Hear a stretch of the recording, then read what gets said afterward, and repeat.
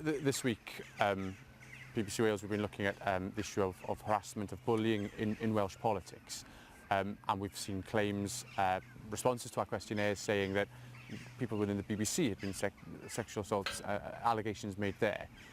What needs to change? Well, I think people do need to be taken seriously, and I think something that has happened in the past is that when people have spoken out, they've not been treated seriously, and they've not been given confidence that what will happen to what they say will achieve some sort of a result.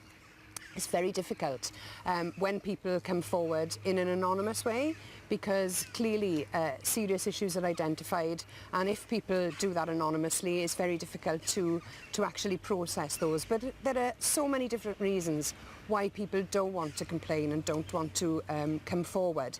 What we have to do is change the culture, and all of us, right throughout society, because this is not just a problem for politics or the BBC, it's a problem right throughout society. And we all need to take an approach which ensures that everybody who participates in that kind of unacceptable behaviour is told so. And I think it's not just down to women to fight this battle either. For our daughters in the future, everybody can be on the end of this. I mean, it's not just specifically down to something that women face, but it is something I think that all of us, men and women, need to challenge when we see it, and we need to encourage people to take forward complaints if they're in a position to do so. Do you think there's been too much of a turning of a blind eye, and do you think that's maybe even happened within Plaid Cymru?